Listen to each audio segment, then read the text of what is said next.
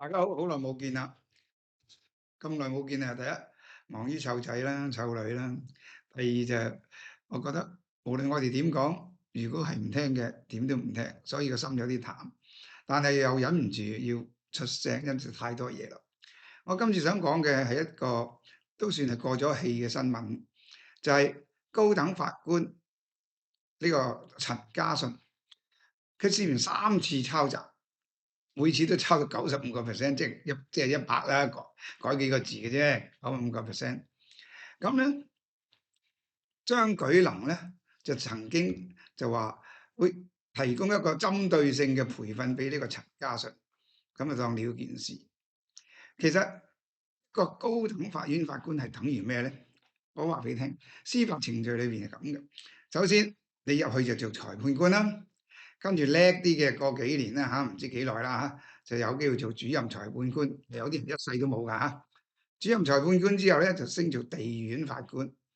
地院法官咧就升做地院嘅主任裁判官，跟住就升做高院嘅叫做聆聽師或者經歷師 master，跟住咧就升做咩？副高等法院法官 deputy judge， 先至做正式嘅高等法院法官。高等法院法官可以係法律界、司法界最高級別嘅啦。佢再上去嗰啲其實都係 honour 噶啦，比如上訴庭啊或者終審庭。高等法院法官係經歷過千錘百煉，佢嘅法律嘅知識屬於權威性。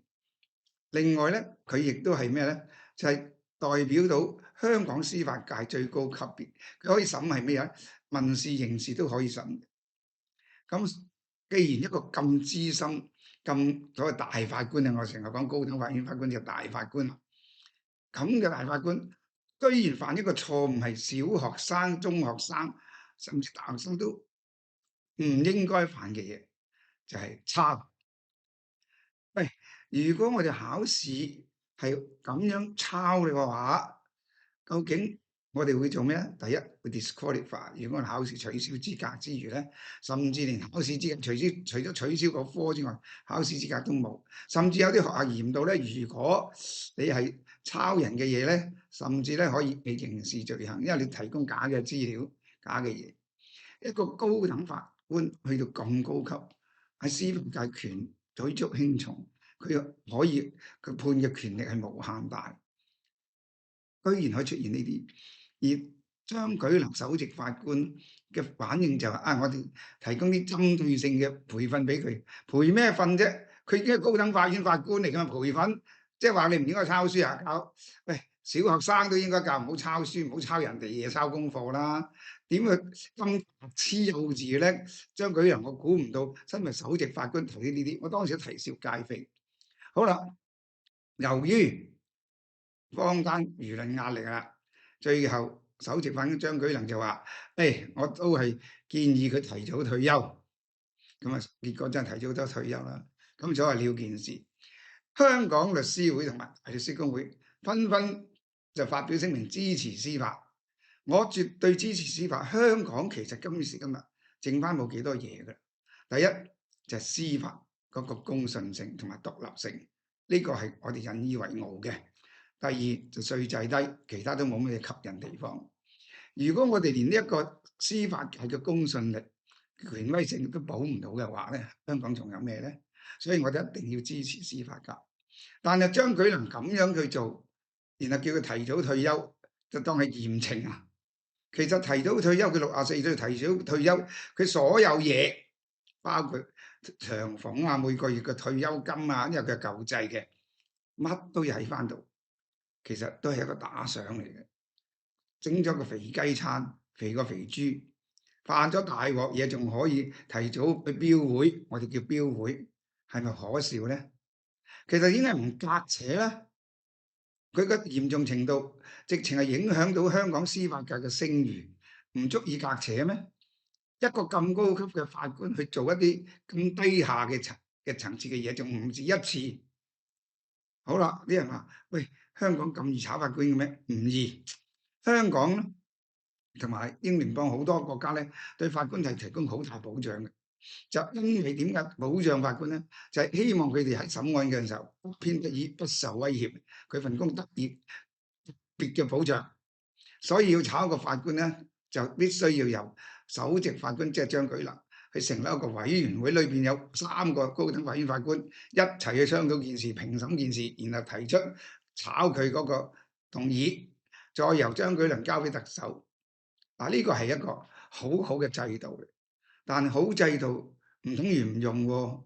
喂，你擺個制度嗰度乜都冇用，有冇搞錯啊？呢件事足以係炒佢啦。如果係咁樣，下邊啲法官點樣啊？個個都閒抄啊！原來抄都冇事，最多係提早退休。如果我個都6字頭開始嘅，最好啊提早退休。咁對一啲被審訊嘅人公唔公平呢？香港司法嘅威信仲喺唔喺度呢？點解會提早退休？等於以前蒸餾水事件又係提早退休，又係俾佢安全退休。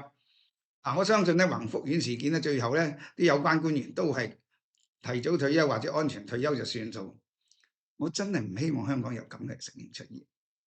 其實司法處同埋立法會都犯咗個同樣嘅錯誤，兩個一個係立法，一個司法。立法會講就講自己要監察自己，結果咧一個40幾歲嘅所謂靚女議員，公然違反香港法律，逆線行車，最後 say sorry。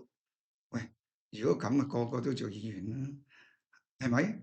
同樣香港司法處有一個叫法官行為守則指引，佢講得好清楚，法官乜，法官唔係人，即係聖人，佢都係人，有七情六欲，但係去到高等法院嘅法官，佢要比紙更白，佢嘅操守要更加好。點解司法處唔自己製造一啲罰則咧？咩叫罰則咧？停職、減薪、降職，乜都應該有。點解淨係得炒咧？除咗炒，喂，好嚴重，唔想炒法官，好似好震撼世界。其實我覺得司法處咧，張舉能你想凸顯香港嘅司法係大公無私、公信性咧，呢件事就應該揾陳家俊祭旗，就係要炒咗佢，就唔係俾佢話提早退休了件事。呢個直情係將司法界咧打入一個不義之地。當然事件咧淡化咗就不了了之，但係我唔認為呢個最好方法。我而家係呼籲咧，司法界張舉能首席法官，如果為咗香港嘅司法權威咧，係應該既然陳家俊炒就炒咗，辭職就辭咗啦，退休退咗啦，即係冇得追啦。但係應該都要諗一諗，為將來如果啲法官犯錯，不同程度嘅錯，係咪應該不同程度嘅罰則清晰啲咧？冇得怨咧？